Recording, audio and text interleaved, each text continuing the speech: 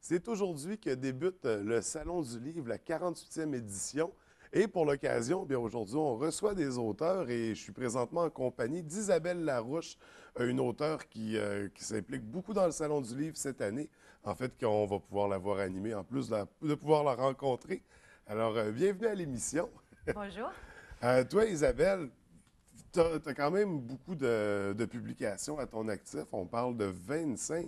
Qu'est-ce qui t'attire dans l'écriture? Ta passion vient d'où? Ah, c'est une passion. Je suis tombée dedans quand j'étais petite, imaginez-vous donc. Alors, la lecture, les histoires, tout ça, c'est quelque chose qui m'a toujours allumée. Alors, j'inventais des histoires quand j'étais petite. J'en écrivais, je faisais des petits cahiers. Ensuite, ben, je suis allée à l'école comme tout le monde. Puis, j'ai continué de nourrir cette passion-là. Et puis, je suis devenue enseignante au fil de mes études. Et puis, travailler avec les enfants, ça a nourri aussi encore plus cette envie de raconter des histoires. Ben, justement, tu parles, ça a commencé très tôt, quand tu étais toute jeune. D'ailleurs, tu es native de Chicoutimi, Oui, donc ta passion est peut-être née à Chicoutimi. certainement. Puis là, on parle de l'enseignement, tu travailles avec les enfants. En fait, tu te situes dans le roman jeunesse. Oui. C'est ta spécialité. Pourquoi écrire pour les jeunes? Bien, c'est parce que c'est une clientèle que je connais bien pour avoir travaillé avec les jeunes. Et puis, j'ai gardé encore mon cœur d'enfant aussi. Alors, j'ai un puits inépuisable en dedans de moi. Mais c'est sûr que souvent, mes élèves, au fil de ma carrière, se sont retrouvés personnages de mes romans. Je pense aux Fées à l'école, aux éditions du Phénix. Je pense à des histoires à n'en plus finir chez Urtubise, HMH, etc., etc. Alors, mes élèves deviennent mes cobayes. Puis il y a toujours cette optique aussi d'enseignement, de pédagogie, parce qu'il y a des romans qui viennent avec des animations. Comment ça fonctionne exactement? Alors, j'ai plusieurs de mes romans aux éditions du Phénix, surtout parce qu'eux, ils se spécialisent beaucoup en offrant des cahiers d'activités pédagogiques gratuitement, que les enseignants peuvent aller télécharger depuis le site Internet. Et ces activités-là vont permettre justement de bien exploiter le roman dans les classes. Et ça donne vraiment des pistes d'exploitation. Alors, moi, en étant enseignante, j'ai beaucoup utilisé la littérature jeunesse. J'étais enseignante de langue seconde, de français langue seconde un peu partout au Québec. Et par la lecture, ça mettait tout en contexte et c'était parfait pour moi. Alors, donc, la pédagogie va main dans la main avec la littérature. J'ai des sujets sur les Premières Nations, des sujets dans le fantastique, l'imaginaire, C'est vrai que tu as quand même un l'amitié. grand terrain de jeu quand tu crées, quand Oui, tu écris. oui, oui. Et l'intimidation aussi, parce que mon dernier roman, je vais toucher l'intimidation, qui est un sujet assez épineux dans Ouais. bien des classes. C'est une problématique qu'on connaît tous maintenant parce Oui. que d'ailleurs, ton dernier roman qui s'intitule Jaillit les lunettes, c'est celui que tu parles qui aborde Oui. l'intimidation. Là, on présume que c'est l'histoire de quelqu'un, je ne sais pas si on le voit présentement à l'écran, c'est l'histoire d'une petite fille qui n'aime pas porter ses lunettes. Est-ce que la petite fille, c'est toi? Et oui, je dois vous l'avouer, c'est très autobiographique. Bon, après une mauvaise rougeole en quatrième année, après une semaine alitée à la maison, je suis revenue à l'école et je ne voyais plus au tableau.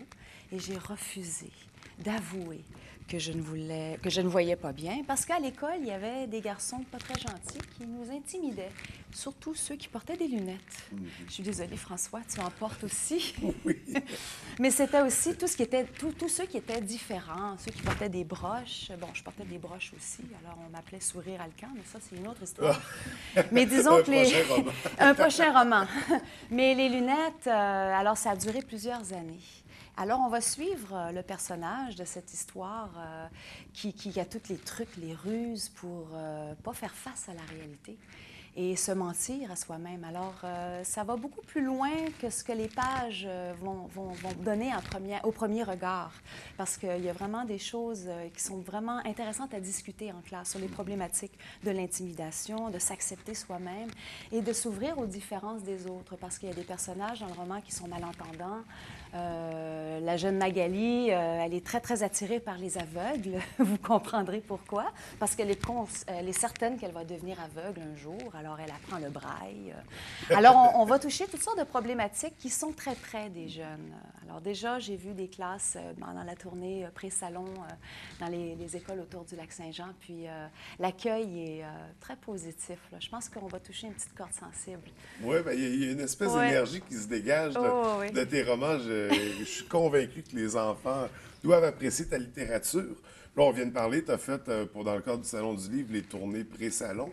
Ça, c'est ça. Vous allez dans les écoles rencontrer les enfants pour leur donner la piqûre de la littérature, finalement. Oui, absolument, la piqûre de la lecture puis de l'écriture. Alors, quoi de mieux que d'inviter une personne passionnée comme les auteurs qui, à chaque année, dans le cadre du Salon du Livre du Saguenay, qui est extrêmement bien organisé et tout ça. Alors, ça permet aux écoles qui, comme je suis allée à Saint-Prime, je suis allée à Desbiens, qui ne peuvent pas nécessairement se déplacer, toute la classe, pour venir au Salon du Livre à Jonquière. Alors, à ce moment-là, ils ont la chance de recevoir un auteur pendant une période. Et puis, c'est là que la magie se passe.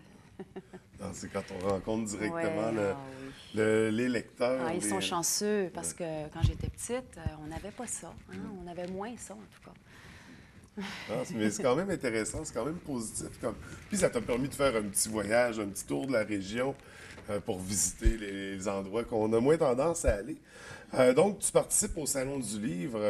Ça commence officiellement aujourd'hui. On va pouvoir sûrement aller te rencontrer pour parler justement de tes romans, avoir des dédicaces.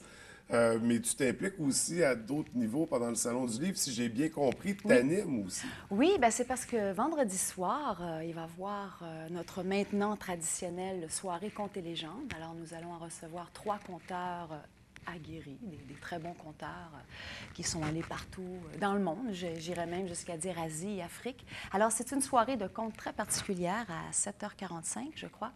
Et je serai l'animatrice cette fois-ci. Il y a quelques années, j'y étais invitée comme conteuse aussi. Alors, on va recevoir Michel Noël, qui est aussi auteur, Renée Robitaille, qui est une conteuse absolument extraordinaire aussi, et Éric Gauthier. Alors, ça va être vraiment à ne pas manquer. Une belle soirée. On va se faire un petit feu de camp pour célébrer les dernières belles soirées de l'été qui est déjà terminée. Compte, ça va être un peu une thématique, c'est ça, Oui. c'est ce soir au bord du feu. Oui, on invite tous les gens à venir s'asseoir au bord du feu, peut-être même apporter les guimauves, on ne sait jamais, si la braise est Pourquoi bonne. pas, Donc, c'est un incontournable pendant le Salon Absolument, du Livre. oui. Puis c'est pas juste des contes, c'est toute l'ambiance qui vient Oui, autour. oui. Fait que ça devrait être une soirée assez magique. Avant de terminer, là c'est ça, on vient de parler, on a parlé de ton dernier roman. Est-ce que tu as d'autres projets en cours, des trucs qui s'en viennent? Bien, c'est sûr que j'ai une série pour les jeunes de 6 à 9 ans qui fonctionne déjà depuis quelques années, Shawinigan et Shipsha, aux éditions du Phénix toujours. Alors, on a déjà 4 tomes qui sont entre les mains des lecteurs et qui attendent impatiemment le prochain. Alors, mon éditrice, Liliane Laure des éditions du Phénix, m'a dit que le prochain, le numéro 5, va sortir après Noël. Après Noël? Alors, donc, il y a ça en chemin. Il y en aura d'autres aussi qui s'en viennent. C'est sûr que j'ai toujours, comment je dirais, je suis une chef d'orchestre. J'ai toujours plusieurs choses qui se passent en même temps. Ça nous garde jeunes et bien réveillés. Alors, oui, j'ai beaucoup de projets qui sont en train de mijoter. Donc, pour les fans, il faut après Noël la sortie du livre. Puis pour Oui. les autres, ça laisse peu de temps pour lire les 4 premiers tomes. Oui, ils mais ont- ça se lit bien Oui. parce qu'une fois qu'on embarque dedans, on ne veut pas arrêter. Écoute, avant de se laisser, est-ce qu'il y a un site Internet où on Oui. peut te suivre puis mieux en connaître sur ta littérature, finalement? Absolument. Alors, c'est www.isabellelarouche.com. Aussi simple que Aussi ça. simple que ça. Bien, Isabelle, je te remercie d'être venue à l'émission pour nous parler de ta carrière puis du Salon du Livre. J'invite les gens à aller te voir pour des dédicaces, pour tes livres, mais aussi pour la soirée de contes ce vendredi. Puis, merci beaucoup. Merci beaucoup de m'avoir invité.